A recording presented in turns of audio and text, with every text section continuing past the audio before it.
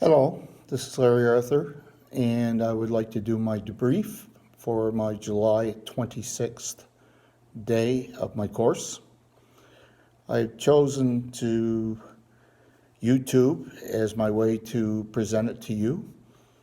The opportunity given me the opportunity to step out of my comfort zone because this is something I've never done before, nervous of it, and it's showing me that I can move out and try different things. When Kahoot was presented this morning, I first thought it's a silly game, not required or should not be into the school or into a teaching mode. After some thought of how I could use it in my classroom, I started to think of different times through the course and different ways I present stuff.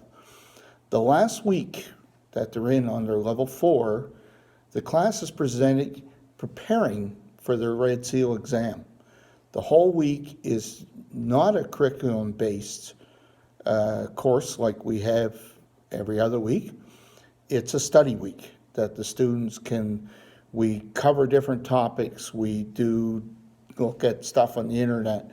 We do stuff because every other week the phone is not allowed to be turned on in the classroom.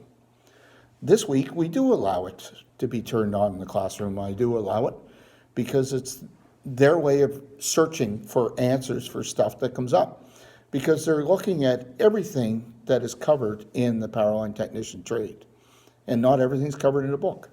So it allows them to study and see how it's done different ways.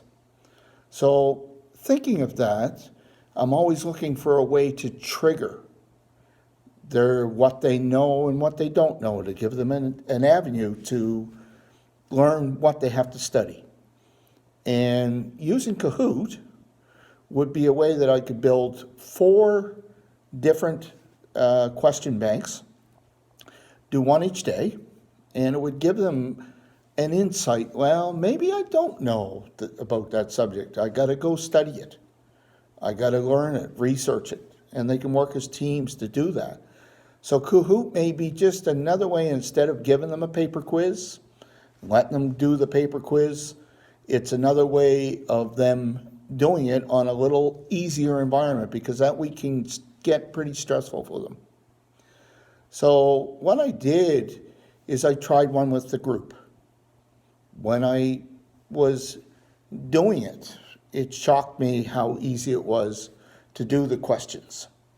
It shocked me how user-friendly it is for me to be able to navigate inside Kahoot, because I'm not that good at navigating inside different programs, and I'm always very easy to say, no, it won't work, and then walk away from it or get frustrated.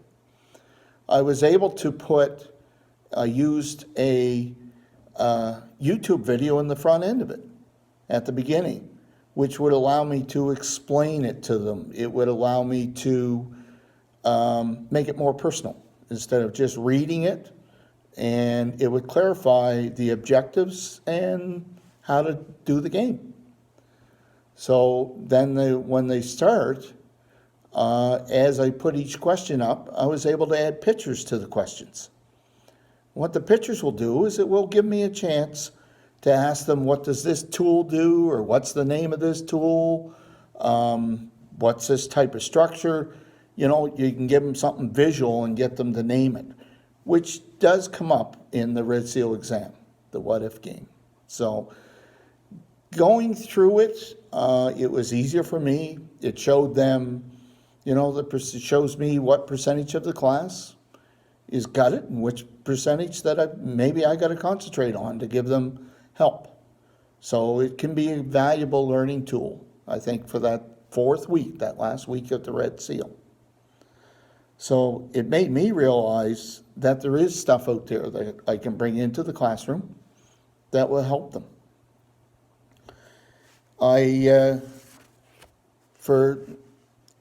was really surprised at how easy it is to add pictures. The only thing that I found when I added the pictures was I had to crop it.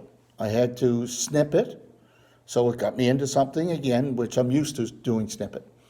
but it got me into a snippet program to make me size down the picture so it will fit, which is great because it also brings it down to target the area that you want them to concentrate on. Some of the challenges that I can see using it in my classroom, number one is one that we're experiencing here at the class, and that is the internet is not strong. The Wi-Fi is not strong. So when you get multiple users, it's going to fail. So that may frustrate some students. Some may, go with the flow, but it may frustrate some, make the situation worse. The second one that I could see is it's not so much, does everybody have a device? Because everybody has a cell phone today. A lot of the younger students anyways, and the majority of people my age. However, battery life. Do they have enough battery life to play the game? So they're going to have to look at, power cords or whatever to be able to do it. So, to get around that, you forewarn them the night before that they got to charge the batteries because they're going to be using the phone the next day.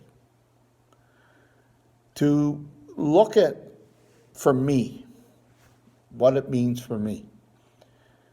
Coming into this course, the second day was a very frustrating day for me. I was into programs that I just couldn't find my way through them. I went from one, then I tried another, went from Prezi to Sway. Then at the end of the day, I went back to Prezi. Yes, the debrief I gave you yesterday was pretty simple on Prezi, but it gave me the confidence to try something new. With this one here, again, I see how simple it is. Yes, I'm still struggling with going through tutorials because I'm a more hands-on person, being taught in a classroom environment all my life, not self-taught. So, but it gives me the confidence to move into that if I see something I think will work in my classroom, I'm going to explore it. I tell people when I did projects at home, I do a lot of stuff with hands, carpentry or whatever. If I start it and I find a problem, I just find someone that's going to give me a hand. It's just going to be the time. And once I have the time, I'll sit down, go through it, and see if it is valuable and see if I can, master it enough to use it in the classroom. Because I don't like coming into a classroom half prepared. I've got to be able to navigate through it. So that's my learnings for today. Thank you for the opportunity to open my eyes, and we'll see what tomorrow brings.